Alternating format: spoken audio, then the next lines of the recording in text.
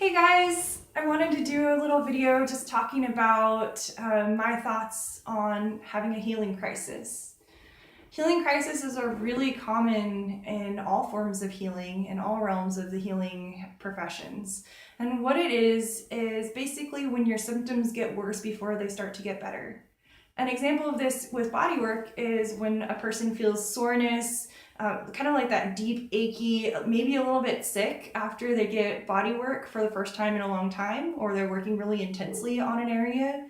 With Reiki, this can happen when someone's working on an issue that means a lot to them to resolve, and then after their first session, they just can't.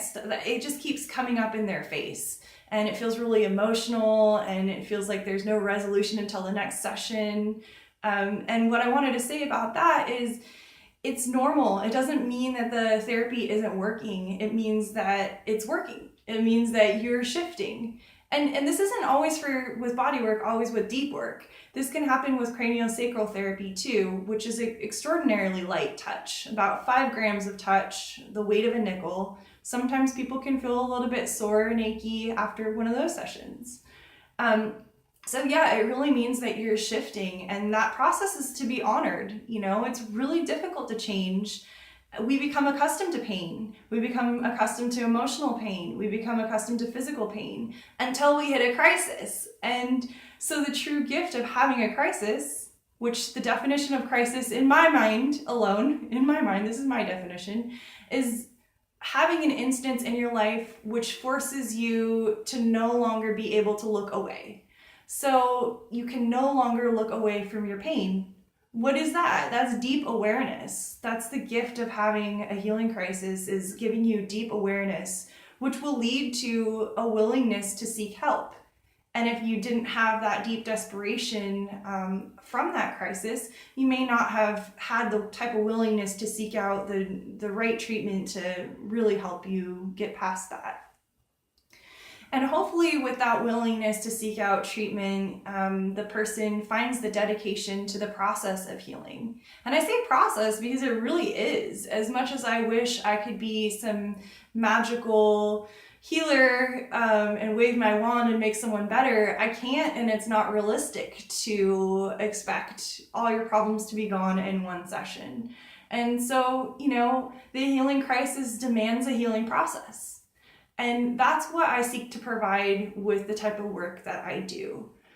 And I find that the people who are dedicated to really facing their crisis, who are able to see that thread of hope, that it can be better, they generally realize their potential. And that potential is the ability to be restored to a previously unknown experience of well-being, mentally, physically, emotionally, spiritually. And, there are some physical issues that you can't just erase and make back to normal. I can't unbreak someone's arm, but there's, and other things like that. But there's a lot of things that can be done to resolve that issue, to take it out of crisis mode. And some of that work is energy work. There's some really beautiful things that can happen with Jiki and Reiki, and particularly with broken bones and healing stuff like that.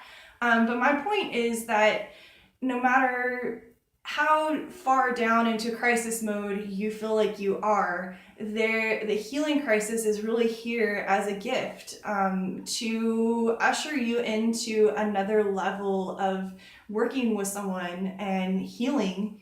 And my goal is to be able to provide you with invaluable insights. And a lot of clients, they have their own invaluable insights just because of the process itself.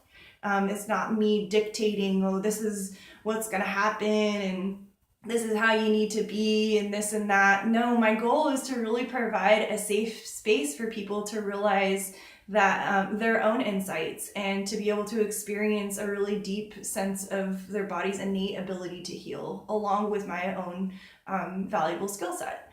So, I have so much respect for the process of healing, because it is it is a really gorgeous, at times mystical, magical experience, and also very personal, and should be in a safe space for the whole entirety of a person. You know, just because you're having a very physical issue doesn't mean it's not affecting you mentally, emotionally, spiritually, as you very well know if you've been in a lot of pain in your life.